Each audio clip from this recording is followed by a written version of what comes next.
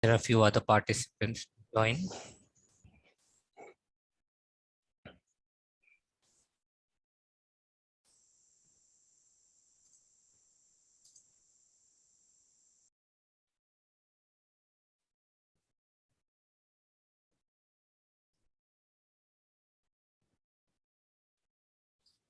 Hare Krishna Punit Prabhu, Danvat Pranam.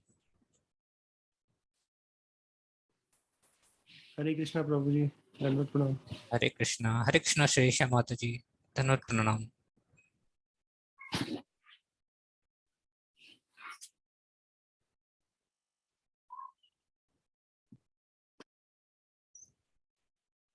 Okay, I think there are a few devotees who are still joining, so we'll just wait for a minute. Hare Krishna Amresh Prabhu. Hare Krishna Prabhuji, Hare Krishna. Danvat Pranam. Avinash Prabhu, could you just look if anybody is there from our Bhakti Viksha who you need to assign it? Yes, Prabhuji, I think few of them would be taking the oath today. So, Okay. Okay. Sure. Hare Krishna. Sorry, I could not turn on the camera because of the bandwidth issue, but I hope we will be able to still converse. So thank you for joining the Bhakti Viksha. And as you would know, Sudhir Gopal Prabhu is basically in Bangalore Palace ground. So basically, His Holiness Jayapataka Swami Maharaj is giving initiation. So there was a great celebration, and like Prabhuji is taking, being there basically. So I think someday that we could also expect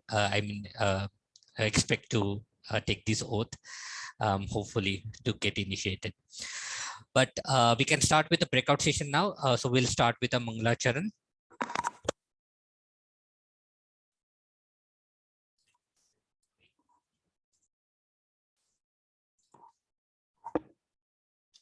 I hope you're able to see my screen. Hare Krishna. yes, Prabhu, it is. We are able to see it. Okay. Hare Krishna.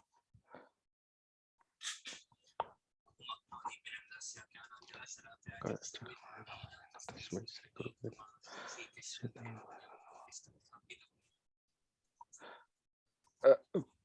Prabhuji, your voice is very less. We are not able to hear. Okay. Right.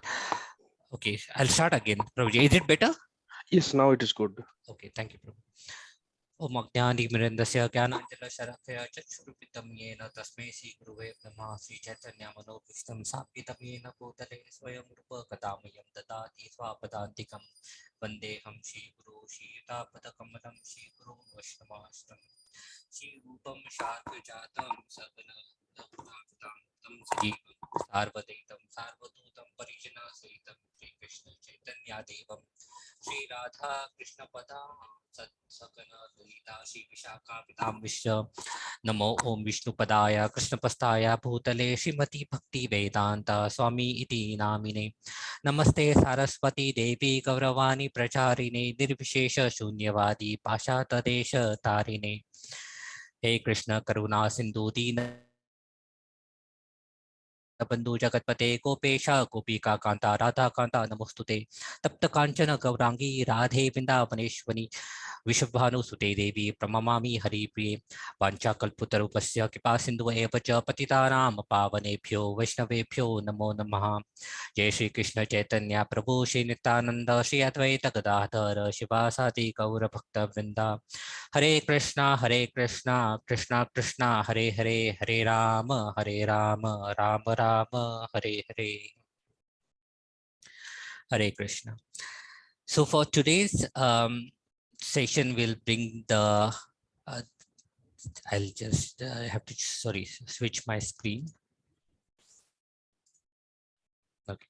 So for today's session, we are basically reading from the passage for discussion. We are not the doers. So I request a devotee to start reading from here. Can we? Yes. Can anyone? Yeah, please. Yes, Prabhuji. Yes. Yeah. So in Bhagavad Gita 3.27, Lord Krishna says, The spirit soul, bewildered by the influence of false ego, thinks himself the doer of activities that are in actuality carried out by the three modes of material nature. Success in any activity depends on five essential factors: the place, the doer, the tools or the senses, the endeavor, and finally the sanction of the Supreme Lord. Of these, the Supreme Lord blessings is the most important. This sanction is enacted through the Supreme Lord's favorable supervision of his material energy. For it is by the Lord's will that material nature acts. Material nature acts according to one's consciousness. When the living entity is under the influence of the three modes of nature, his actions are conducted by the Lord's external energy, the material nature. But when he is in transcendental consciousness, the Suddha Sattva state, his actions are conducted by the Lord internal spiritual potency. The living entity can choose to have his activities conducted by either the Lord external energy or his internal energy. This is the extent of the Jiva's minute independence. Hare Krishna. Thank you, Mataji. Krishna. Can we have some other devotee reading the next paragraph, please? Yes, Babaji, I'll read it. Hare Krishna. The moment the spirit soul surrender completely at the lotus feet of the Supreme Lord and pray to him for engagement in his loving devotional service, the soul is freed from the bondage of fruitive reaction. In this age, he probes the truth of the spiritual injunction, Jivera Swarupa Haya Krishnera Nityadasa. In his original spiritual identity, the spirit soul is an eternal servant of Krishna. This position gives the soul immense bliss. It is wrong to equate the position of an eternal servant of Krishna with that of a slave of Maya. The illusory potency of Krishna. In other words, the feeling of power and pleasure gained by lording it over matter are insignificant compared to the ecstasy one feels in the Lord's service. Even the 8 kinds of mystic perfection are puny compared with the bliss of being an eternal servant of Krishna. And surrender is the only means to attain this state. No artificial method can be applied. This awakening of pure Krishna consciousness, which is the perfection of the living entity, is obtained only by surrendering to the Lord, the propensity for which is eternally inherent in the Jiva. Hence, Lord Chaitanya says in the Chaitanya Charitamrita Madhya Lila 22.107, Nitya Siddha Krishna Prema Sadhya Kabhu Naya Abunaya Stravandi Sudha Chite Chitte Kraya Udaya. Karaye Uday. Pure love for Krishna is eternally established in the heart of living entity. It is not something to be gained from another source. When the heart is purified by hearing and chanting, the living entity naturally awakens. Thank you, Prabhuji. So nicely read. So, I think there is a noise. Not sure.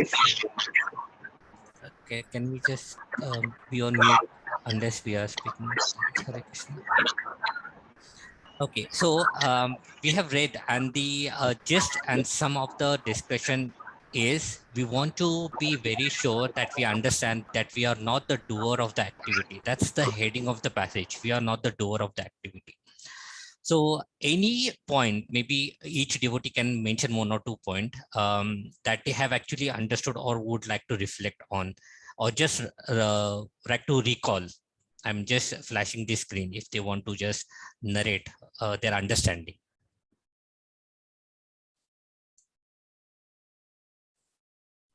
Hare Krishna Prabhuji.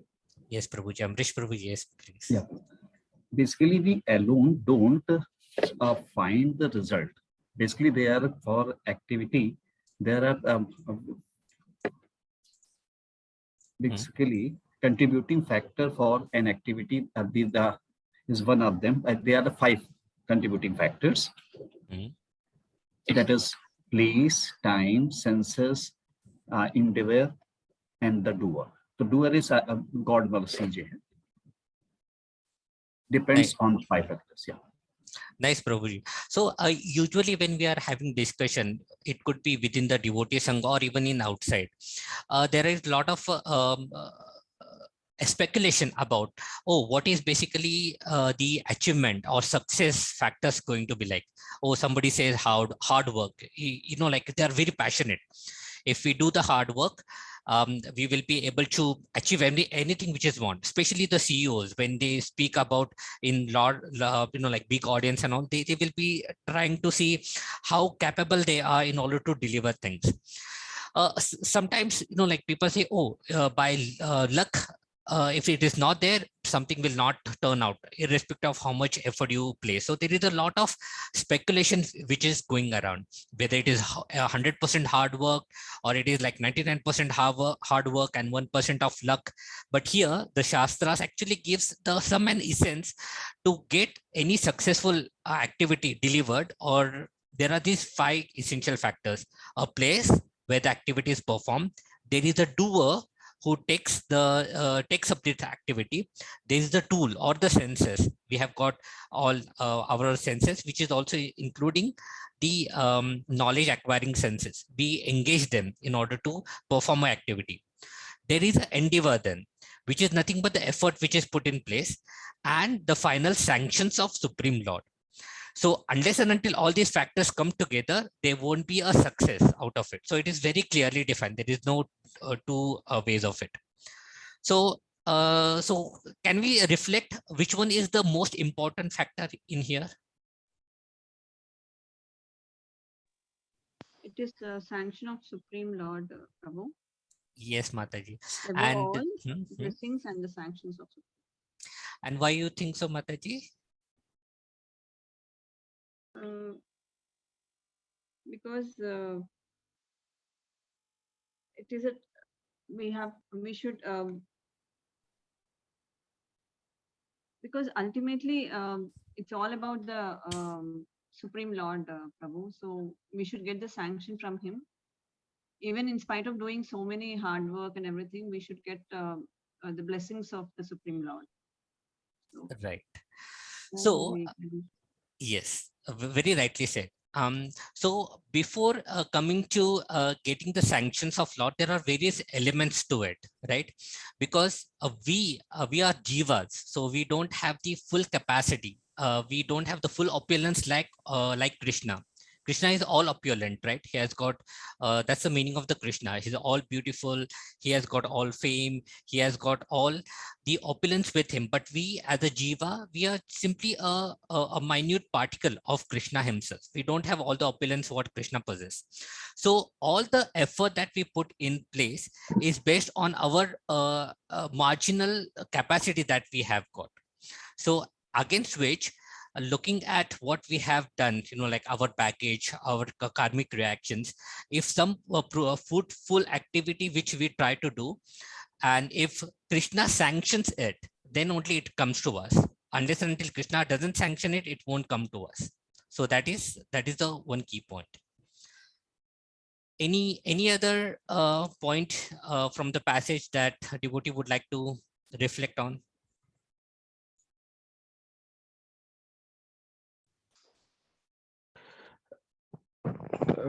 Hare Krishna Prabhuji. One of the point is what we can understand from this passage is whatever we do, either as a devotee or as a non-devotee, is completely controlled by Krishna. If someone is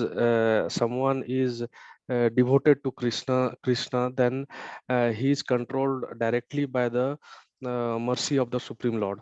His I think some Suddha Tattva or something was Suddha Sattva state. So he will be under the influence of this state. But if somebody who is not a devotee, then he will be under the influence of the 3 modes of material nature, that is Satogun, Rajogun and Tamogun. These are called the external energy of the Supreme Lord. So either, and the Suddha Sattva state is the internal energy of the Supreme Lord. So either we are a devotee or non-devotee, we are always under the control of the Supreme Lord. Thank you, Prabhuji. Thank you. Very nicely said. So we'll give some Shastric Praman to it,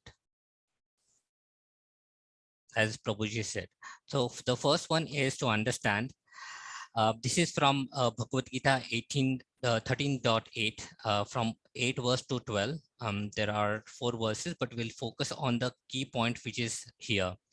So the first one is, before coming to the Shuddha Tattva, we need to understand what is the ego here, because ego, usually when we talk about in English dictionary, it is usually taken in a wrong way. Somebody who is thinking more about himself and boasting what he is capable of. We consider it to be, like a person who is egoistic. But ego is actually means sense of self, who I am. That actually is definition of the ego. So whether we are in this material world or we go back to our spiritual world, there will always be an ego. That ego means a sense of self, that we are actually independent of Krishna and we are parts and parcel of Krishna. So that independence determines, shows that is we are having that ego, that is sense of self. Now there are two elements to understand here. One is true ego and another one is false ego. So true ego is when we associated ourselves, that we are identifying ourselves to be a servant of Krishna. That is actually the true nature, and hence it is called as true ego. That is who we are. And another one is false ego, which is highlighted in this particular text. It means that after we accept this material body, we associate our identity to be a material body. So it means that I'm an Indian, and by birth I am a Jain or I'm a Buddhist. By profession I am a project manager or an engineer. So this particular conception is very material in nature because it is related to our body. It is not related to our spiritual position, which is our constitutional position. So when we talk about this, it means that we need to give up our false ego. Our ego will always be there. That ego means sense of self will always be there. But we need to associate that ego with true ego. That is nothing but our original identity, to be the servant of Krishna and his servant of his servant of his servant. And false ego, which we are supposed to give up, is the false identity. That is considering that I am the material body and I am not the soul. That is actually condemned here. It's mentioned here. The false ego is condemned, but not real ego. And what basically we are trying to achieve is, there are philosophers who say that give up the ego, but we can't give up the ego because ego means identity. And we ought, of course, to give up the false ego, which is identification with the body. So that is the key aspect. And the second thing which Prabhuji mentioned is, we can quote the Bhagavad Gita, chapter 13.27. The spirit soul is bewildered by the influence of the false ego, thinks himself as the doer of the activity that are in actuality carried out by the three modes of material nature, as Abhinash Prabhu was trying to articulate it. So since we have associated our identity to be the body, we think that all that activity that are performed are we are doing that activity. But since we have possessed this particular material body, we are actually under the influence of three modes of material nature. And under that three modes of material nature, knowing our consciousness, these activities are performed through Krishna's external energy, as Abhinash Prabhu was saying. And another one is basically similarly, if the jiva considers his true identity, which is the true ego, that is associating his identity to be the servant of Krishna, then basically we are performing the activity under the influence of Krishna's internal energy. And hence, in all the aspect, be it is a devotee or be it is a non-devotee, always Krishna is the doer.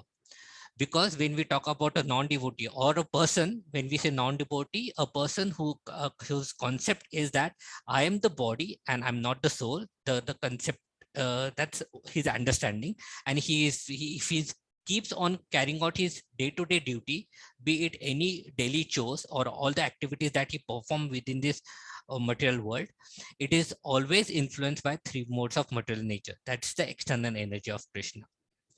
And if the same person takes up the Krishna consciousness process and identifies, at least on the theoretically or at an intellectual level, he may not realize it, but at the intellectual level, if he understands, yes, my transcendental position is where I am a servant of Krishna, a parts and parcel soul of Krishna, and then whatever the activities I perform with that particular consciousness, the person is not a doer again. It's the Krishna who is the doer, and the activities are performed under the guidance of the internal energy of Krishna, that is internal potency of Krishna.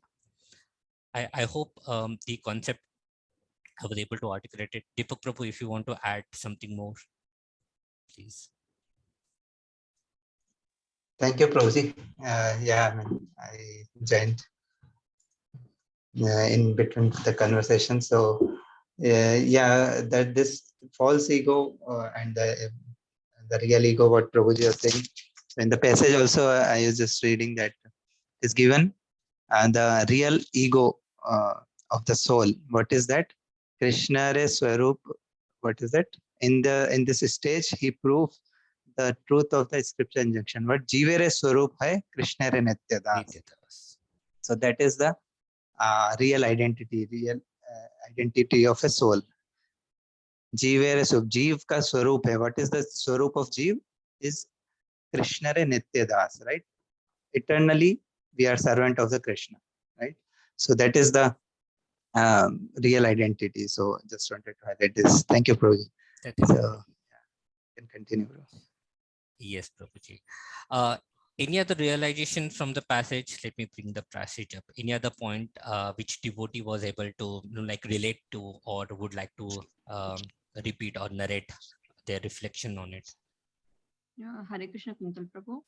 Yes, I have a doubt. As you said before, if the person is a devotee or a non-devotee, whatever we does, it's all that Krishna is doing it. I didn't get this point, Prabhu. Sorry. Okay, Mataji, sure. So, so basically, when we first make a distinction between a devotee and non-devotee is the person who is non-devotee, he doesn't have the conceptual understanding that he is not the body and he is the soul. He doesn't have that knowledge. So we are not making that distinction because like if somebody is just like born in a particular family or is following some rituals, it is basically by reading Bhagavad Gita, Srimad Bhagavatam, the person who is in the fallen state, who earlier his understanding was, oh, I am this body, these are my family members, and that's how his main identity is. That person, we are calling him as a non-devotee. So when a person be his understanding as a non-devotee or devotee, Krishna is always a doer, because there are two energies of Krishna which is acted upon all the living entities, jiva.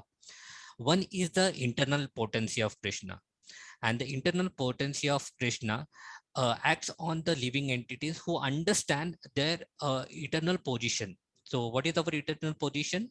That is, we are not this body, we are the soul, and being the soul, we are in the same quality as that of Krishna, but quantity wise he is huge, he is infinite, and where we are very finite portion of Krishna. So that's how our understanding is. And what is our goal?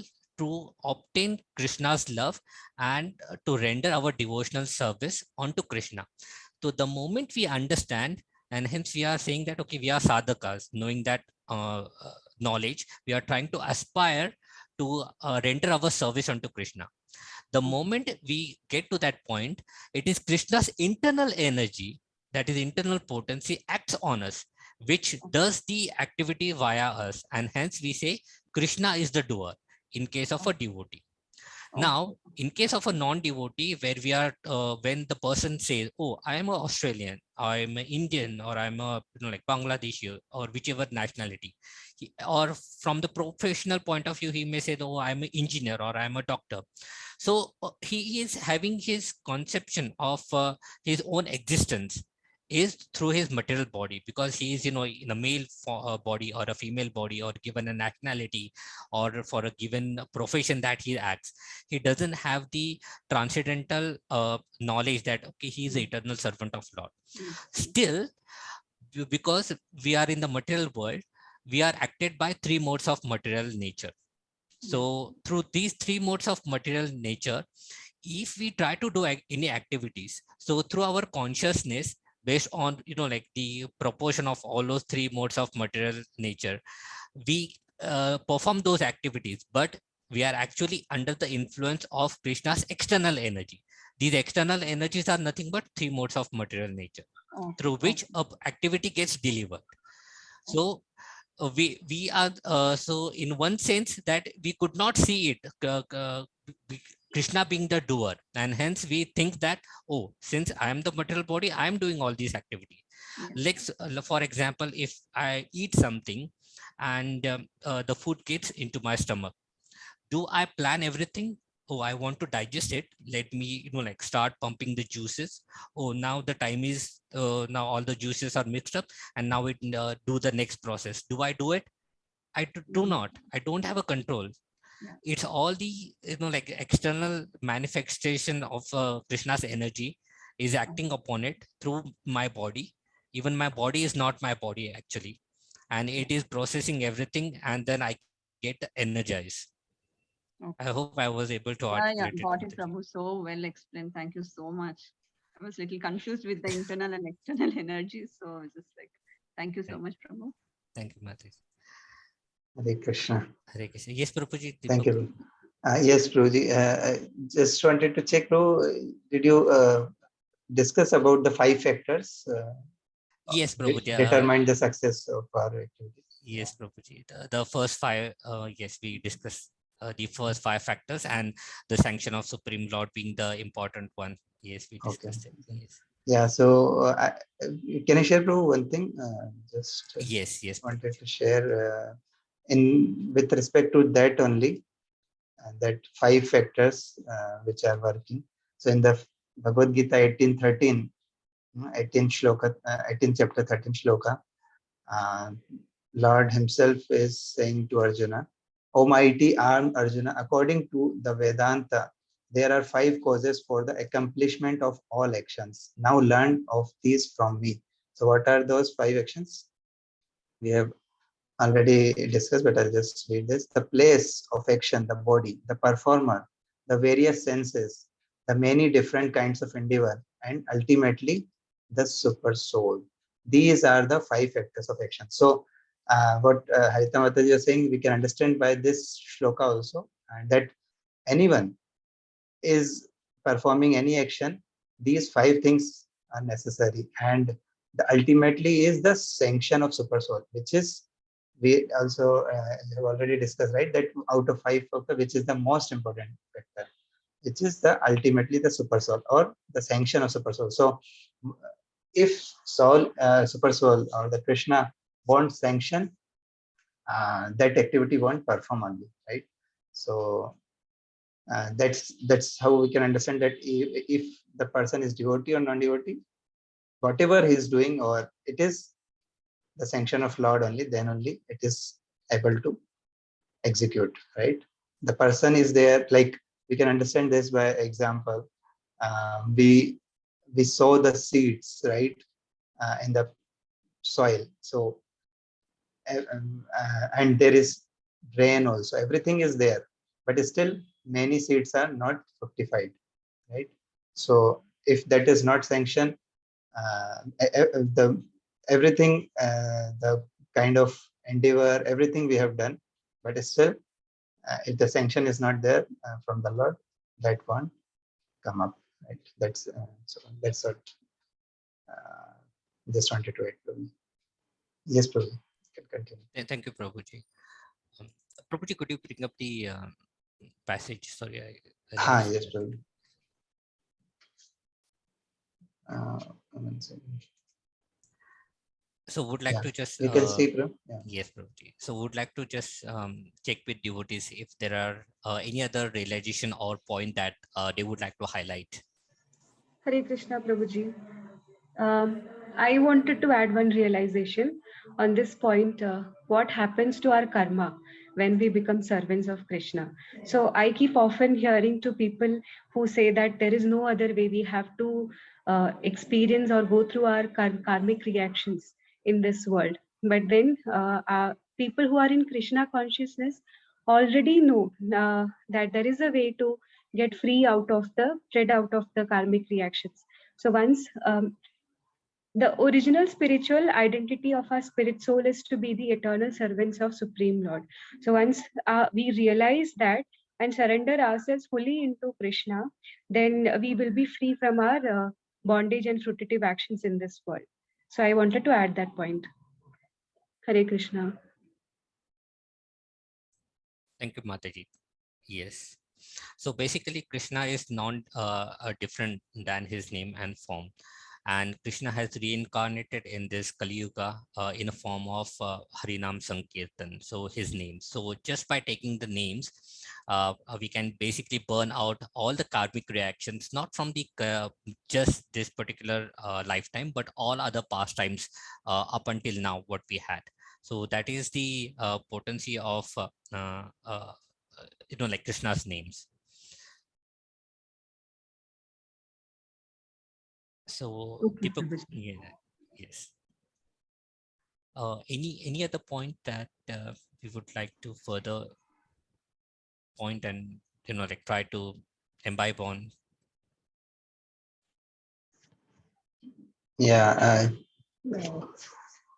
Anyone would like to say something or any question or comment on this passage? It was nice passage and from Bhagavad Gita 3:27 only, right? So very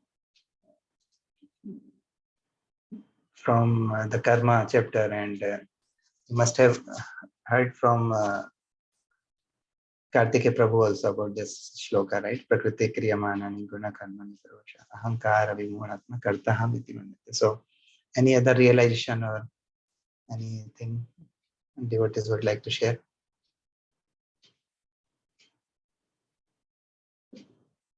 I did not hear many devotees here. So Yeah, Deepak, yes, Prabhuji, Prabhu. I'll add one point. So in the passage, I think at the end, when I was go through, it is mentioned that the real awakening or getting involved into Krishna consciousness or remembering or basically coming back from the material world, that can only happen if one completely surrender to the Lord Krishna. So that is where it is mentioned some eternal inherent that how we can live and come into Krishna consciousness, and do you feel internally or heartedly basically to come into, and there was one sloka, I think, yeah, this one, correct. So point is basically when we are saying and having this ego or something, if let's say it is my body, whatever I want I can eat, or I can do whatever way I can perform and all. So obviously everything as it is mentioned, the doers and the places and the way you want to put the devotion, dedication, whatever, but till the time it is not sanctioned or not approved by the Krishna, then you will not accomplish that. And that kind of devotion, it will come once you surrender completely into Krishna and understand that what it is. So this is what I thought to say. Thank you, Prabhuji. Yeah, so what Prabhuji is saying related to that, this is the shloka, Nitya Siddha Krishna Prema. Yeah. Sadhya Kabhunai, Shravan Adi Suddha Chitte, Kare Udaya. It means pure love of Krishna is eternally established in the hearts of living entities. It is not something to be gained from another source. When the heart is purified by hearing and chanting, the living entity naturally awakens.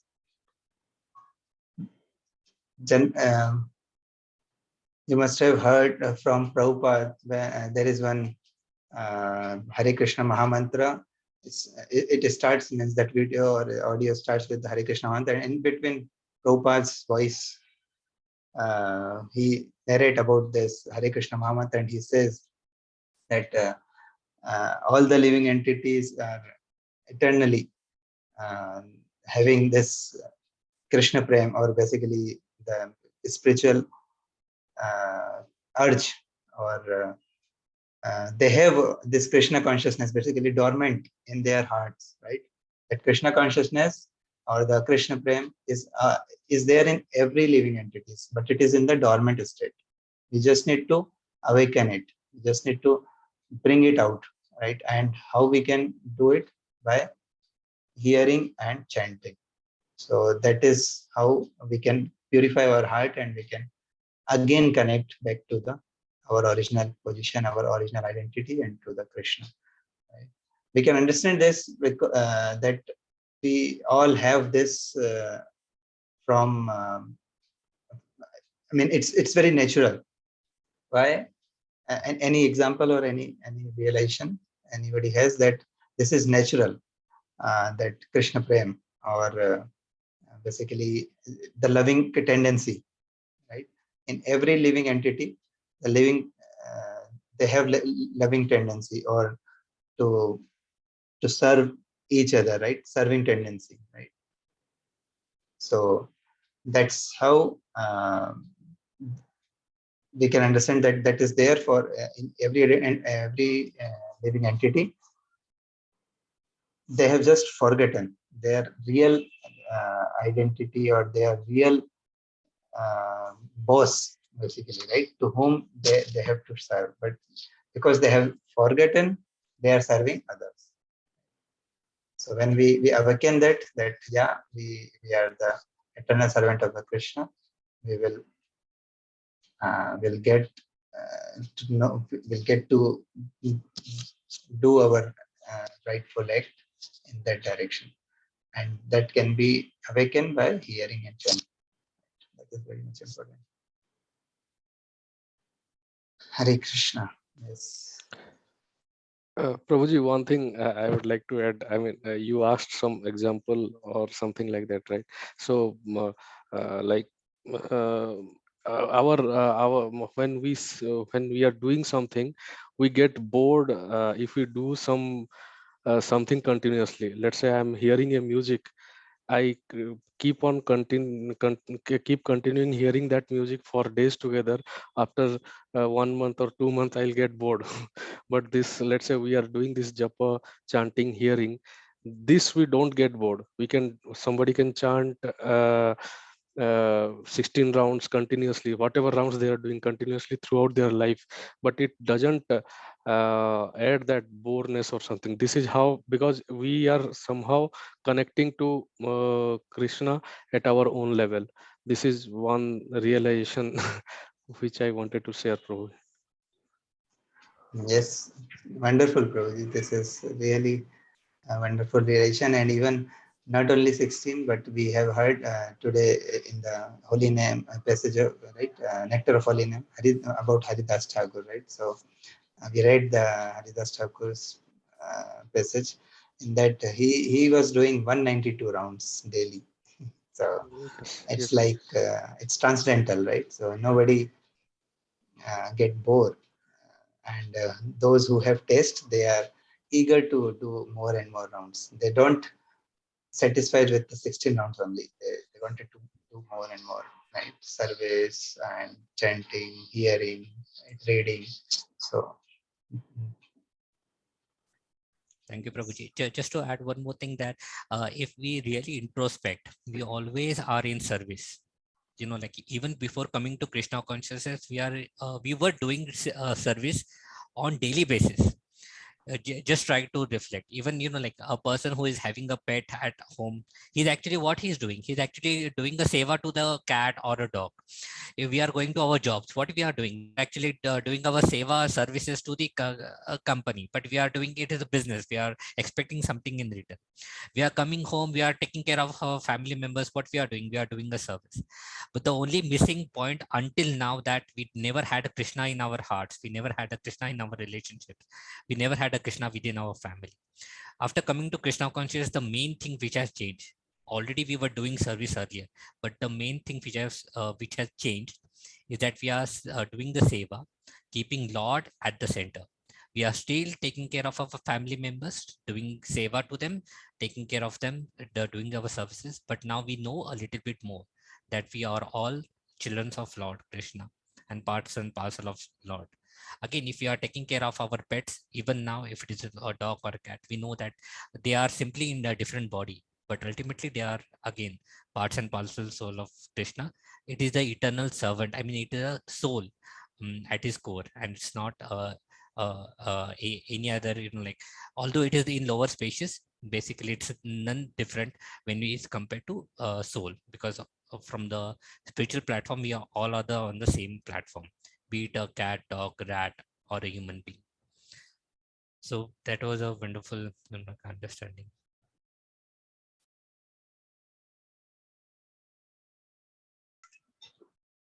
Okay.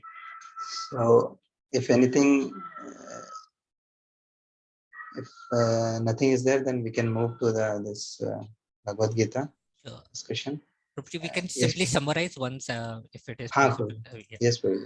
Yes, Okay, so I'll just flash the screen so that we can quickly summarize. It's all Yes. the same essence, but put it in a one PPT.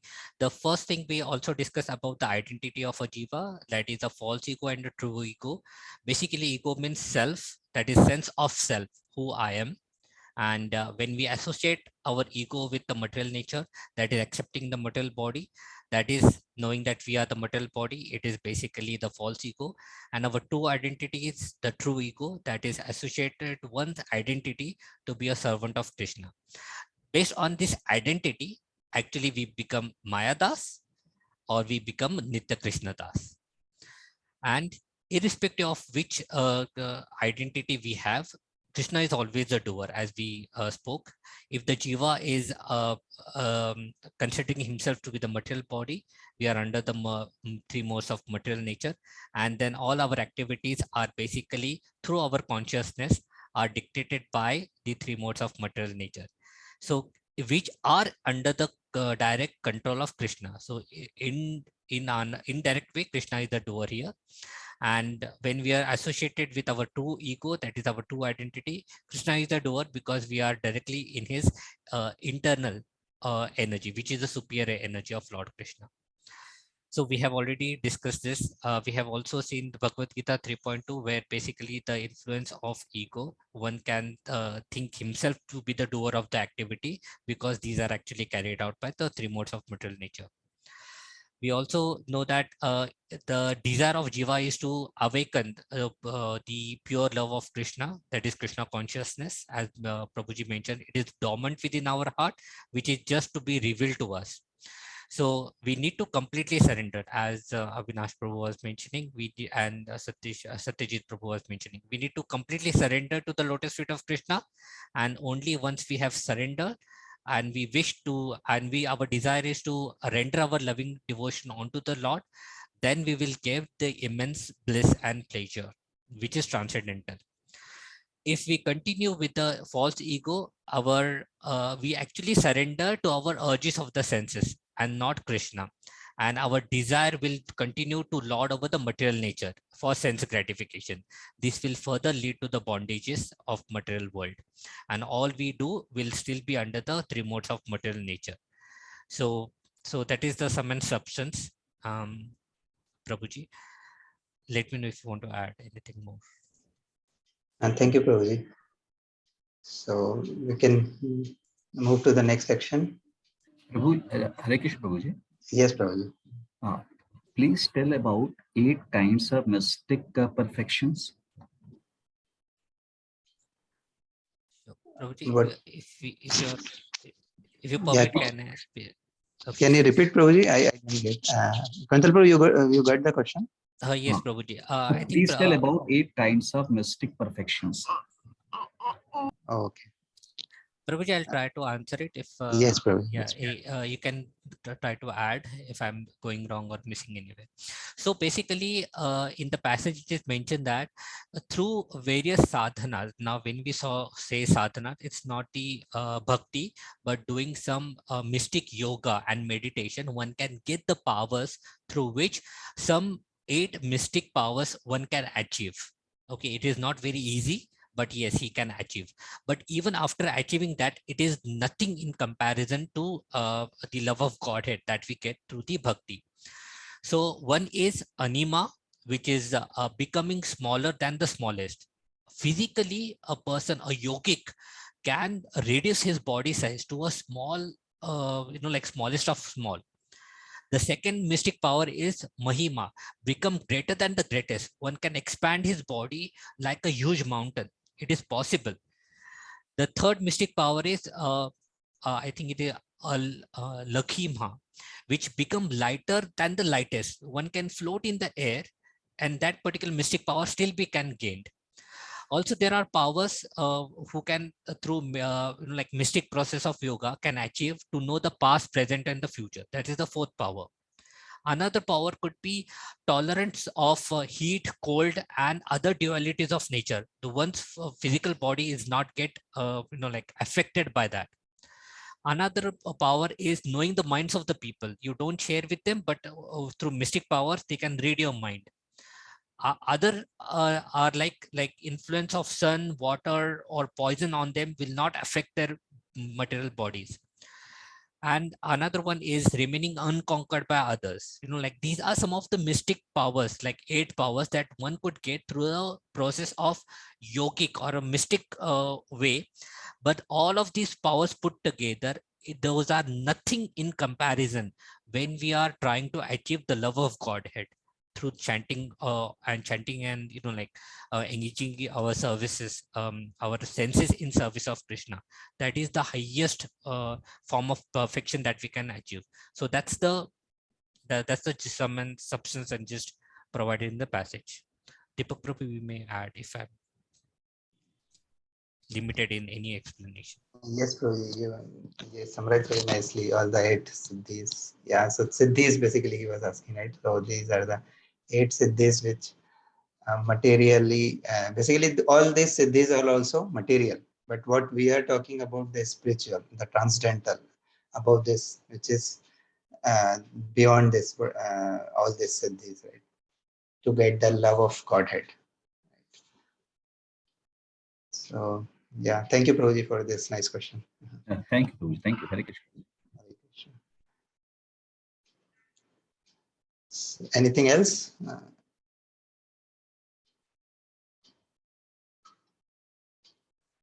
Okay, so we'll go to the Bhagavad Gita shlokas. From 339, Prabhuji, we have to start. Avinash Prabhu. Yes, Prabhuji. 39 say 4.4.2.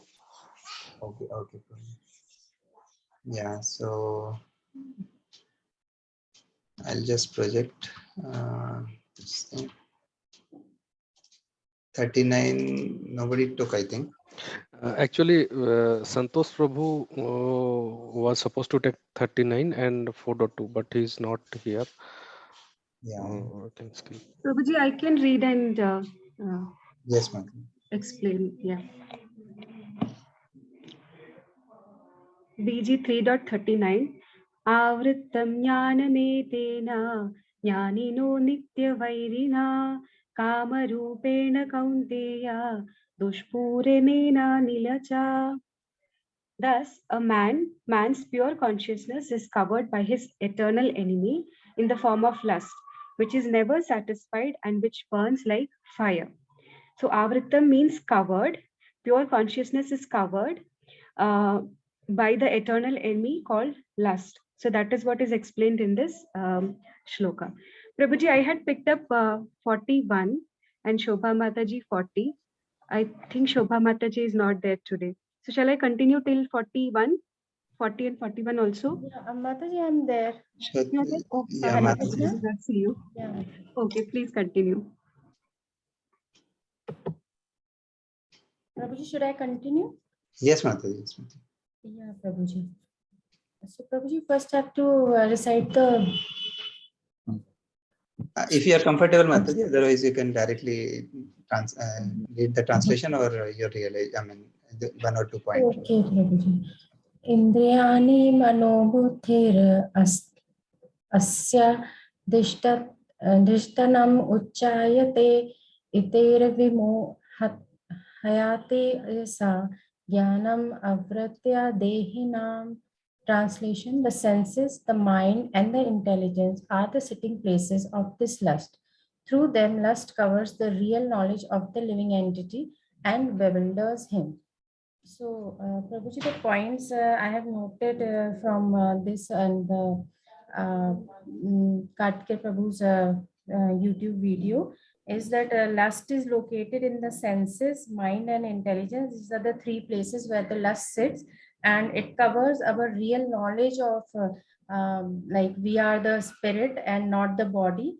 It covers that real knowledge, and then the living entity gets bewildered and is more towards the sense gratification than to and there's no inclination towards the spirituality. And our mind takes a lot of hidden impressions from whatever things it is hearing. We may not realize it, and then we get those things suddenly through various desires. It comes up, and then all those desires give us various reactions, fruitative reactions, because it every time it is encouraging us to do some or the other action. So that is it. And the intelligence is the neighbor of the soul, and it gives the directions to the soul to work according to the desires, to fulfill those desires.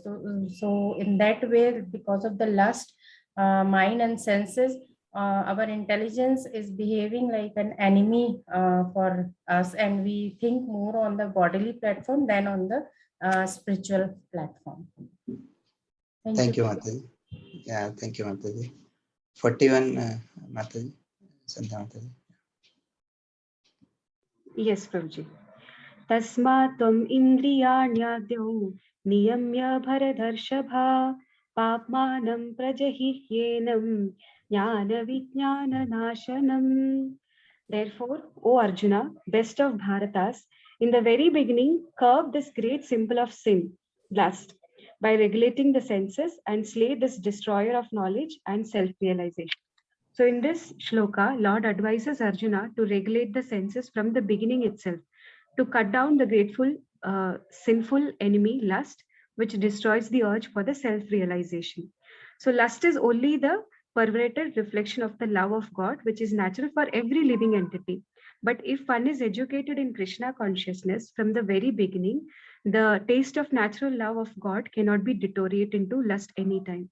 Even for people who are late in Krishna consciousness is so powerful that following the regulative principles of devotional services, they can conquer lust. Thank you, Mataji. 42, Puneet Prabhu, I think. Hare Krishna, Prabhuji. Hare Krishna. Yes, Prabhuji. So in 42 verse, the meaning is the working senses are superior to dull matter. Mind is higher than the senses, and intelligence is still higher than the mind, and the soul is even higher than the intelligence. So here Srila Prabhupada explained that senses are different outlets for the activities of lust. These outlets are not in use when there is superior consciousness or Krishna consciousness. In Krishna consciousness, the soul makes direct connection with the Supreme Personality of Godhead. So what Srila Prabhupada want to say here is, if soul is directly engaged with the Supreme Lord, naturally the other subordinates, namely intelligence, mind and senses, will be automatically engaged.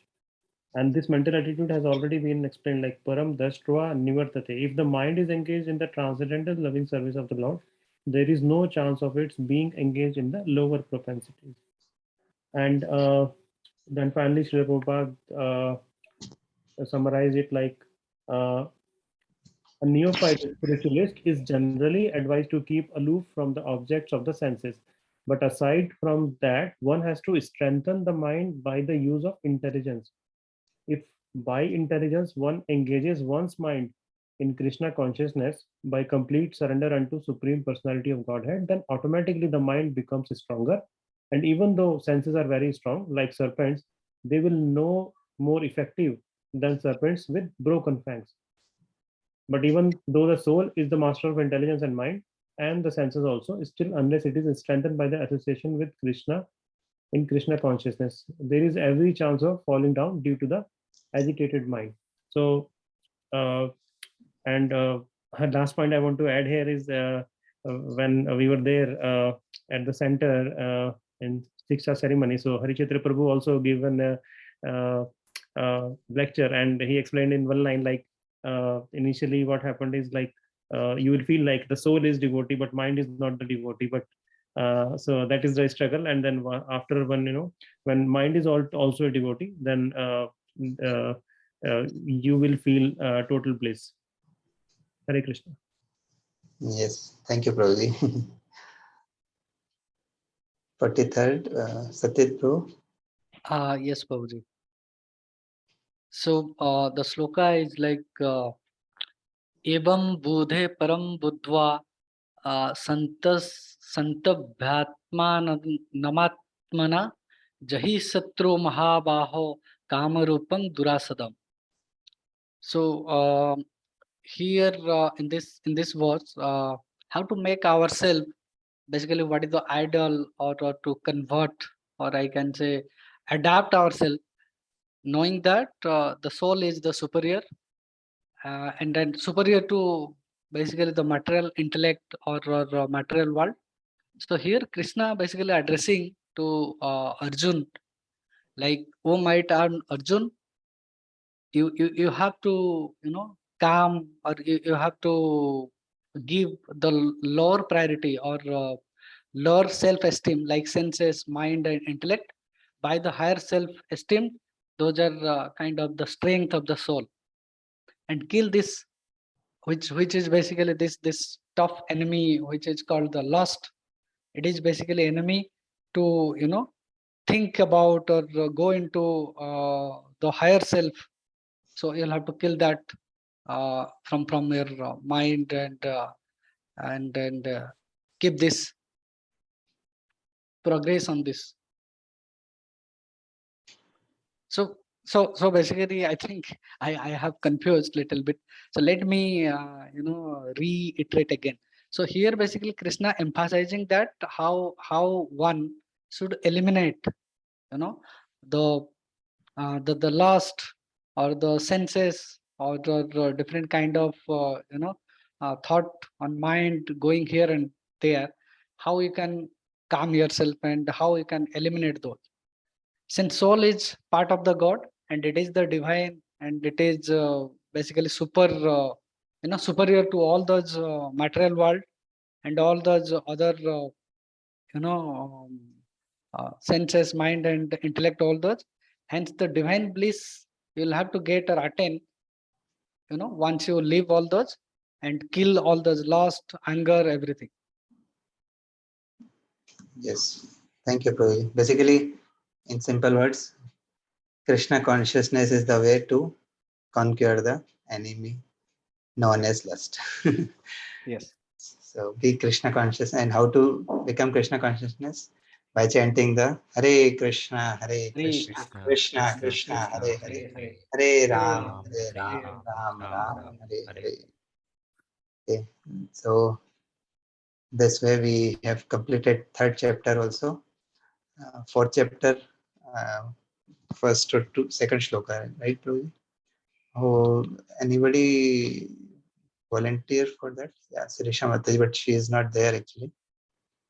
She has to leave. So we can just read. Yes, Prabhu. Hello. Yeah, the first Sri Bhagavan Uvacha Imam Vivasvate Yogam Proktavan Aham Avyayam Vivasvan Manave Praha Manur Iksva Kave Bravit.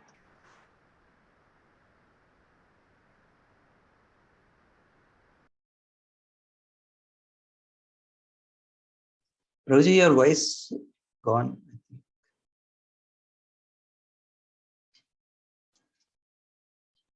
Hare Krishna. Yes, Deepak Prabhu, we are able to hear you. I think Yeah. Raj Deepak Prabhu is, I think, have some network problem. Could not hear his voice. Yes, Prabhu.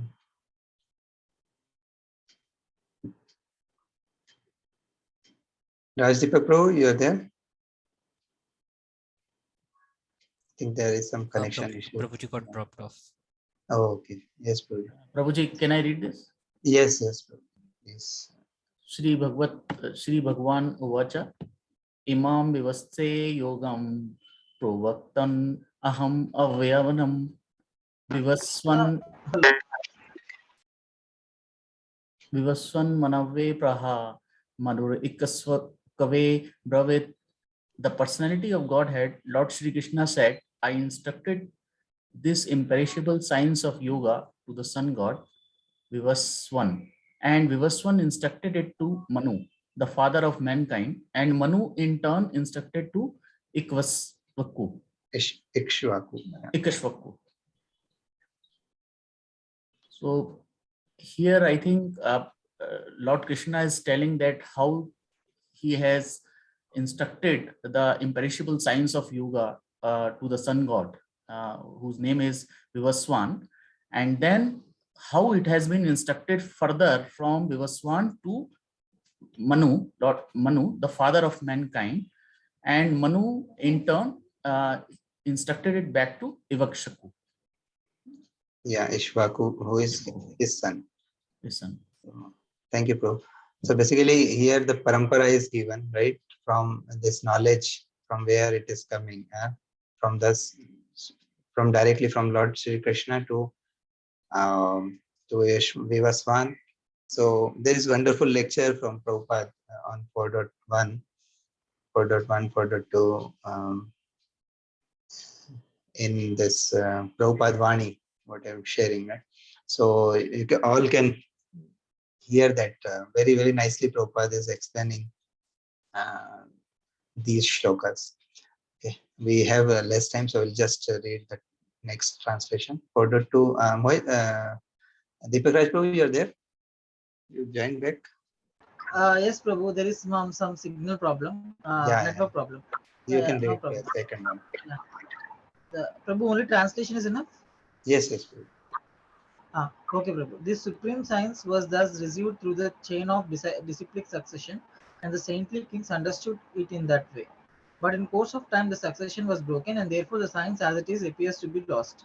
It's very clear. It's like stating that this supreme science of transcendental knowledge was, as stated in the previous paragraph, it has come through a proper parampara, that is a disciplic succession. But later the saintly kings understood, and the saintly kings and all at that time were understood in that way. But in course of time, this parampara or the disciplic succession was broken, and therefore the science of spiritual knowledge, which is transcendental knowledge, appears to be lost. It was this purport translation. Hare Krishna. Hare Krishna. Thank you, Prabhuji.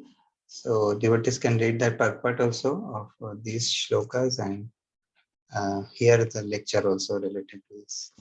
Okay, so we'll share the summary in the PPT we have. I think we are running out of time, so we won't read that. Is it okay, Avinash? Yes, Prabhu, today's discussion was very good, and I am thankful to all devotees who I think they had read the purport and they have explained it.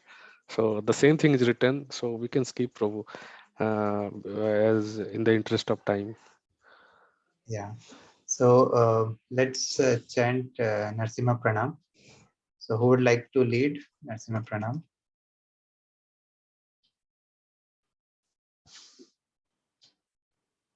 Sandhya Mataji? Yes, Prabhuji, I can. Sure. Okay. Thank you.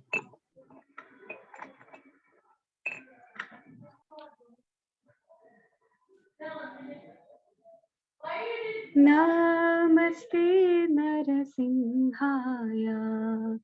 Namaste Narasimhaya. Prahlada Hladadai. Prahlada Hladadai. Hiranyakashipurvakshah. Hiranyakashipurvakshah. Shilatankanakhala. Shilatankanakhala. Ito Narsimha Parato Narsimha. Ito Narsimha Parato Narsimha. Yato Yato Yami Tato Narsimha. Yato Yato Yami Tato Narsimha. Bahir Narsimha Hridaye Narsimha.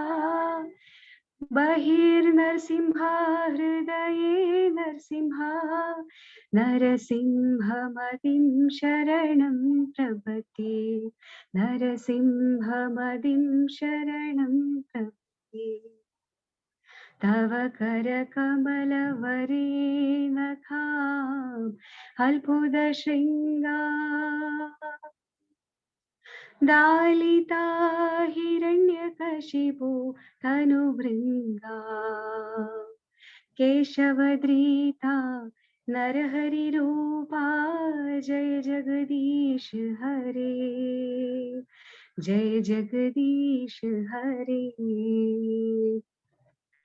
तव करकमलवरे नखाम् अल्पुदशृङ्गा दालिता हिरण्यकशिपु तनुभृङ्गा केशवद्रीता नरहरिरूपा जय जगदीश हरे जय जगदीश हरे जय नरसिंहदेव नरसिंहदेव नरसिंहदेव जय नरसिंह जय नरसिंहदेव नरसिंहदेव नरसिंहदेव जय नरसिंहदेव जय प्रहलाद महाराज प्रहलाद महाराज Prahlad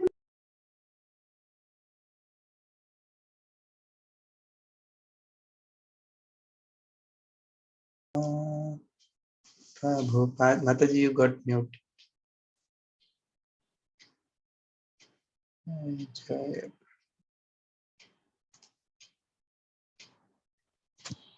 Yes.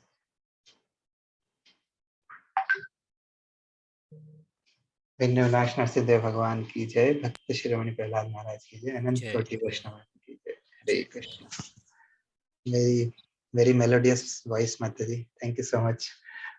At the end, you just got muted, I think. So we hear full Narasimha Pranam.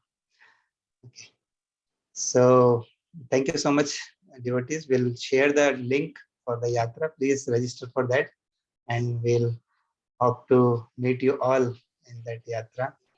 That will be very nice, very blissful one-day trip. So hopefully everyone can make it. So anything anyone has? Prabhuji, just one question. If like we are having small children, so if we come by car, if it is possible, so we just wanted to check. Yes, Prabhu. Because getting small children, like a little tough. That's why I wanted to check with you, Prabhuji. Yes, Prabhu. We can talk. Thank you, Prabhu. प्रभु जी आप भी आ रहे हैं ना? Definitely, Prabhu. Okay, Prabhu. Hari bol. So let's live. Okay. Hare Krishna, Hare Krishna, Hare Krishna Krishna, Krishna, Krishna Hare Krishna, Hare, Hare Hare, Hare Hare Ram, Ram, Hare Hare Ram, Ram, Ram Ram Ram, Ram, Hare Hare. Shri Prabhupada ki jai. Jai. Hare Krishna. Hare Krishna.